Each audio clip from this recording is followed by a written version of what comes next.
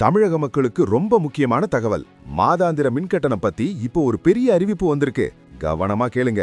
இது உங்க வீட்டு பட்ஜெட்டையே மாத்திடும். ஸ்மார்ட் மீட்டர் வந்தா என்ன ஆகும், எப்ப வரும்னு அடுத்த 60 வினாடியில தெரிஞ்சுக்கோங்க.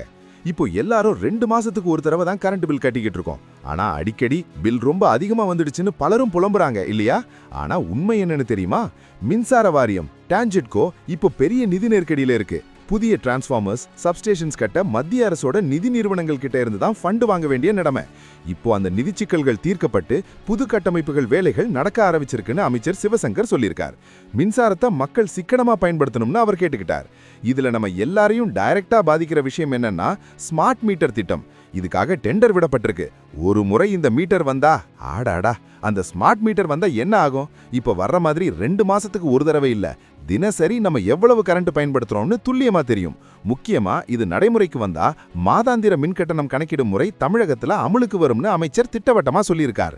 இது ஒரு பெரிய திருப்பு முனை. அதாவது உங்க பில் கால்குலேஷன்ல இருக்கிற குழப்பங்கள் எல்லாமே முடிவுக்கு வரும். ஸ்மார்ட் மீட்டர் மூலமா நம்மளோட கரண்ட் பில் அடுத்த மாசத்துல இருந்து மாசம் கட்ட வேண்டி இருக்கும். இது மின்வாரியத்தோட நிதி நிர்வாகத்துக்கும் நம்மளோட மின் சிக்கனத்துக்கும் ரொம்ப நல்லது.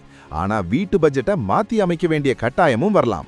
விரைவில் ஸ்மார்ட் மீட்டர்கள் பொருத்தப்பட போகுது. இந்த மாதாந்திர பில்லிங் முறை வரப்போறது உறுதி. மாதாந்திர மின்கட்டண முறை வரப்போறது உங்களுக்கு சந்தோஷமா, இல்ல இது தேவையில்லைன்னு நினைக்கிறீங்களா? உங்க கருத்தை மறக்காம கமெண்ட் செக்ஷன்ல சொல்லுங்க. லைக் பண்ணிட்டு சப்ஸ்கிரைப் பண்ணுங்க. உங்க பட்ஜெட் இப்பவே அலர்ட் ஆகட்டும்.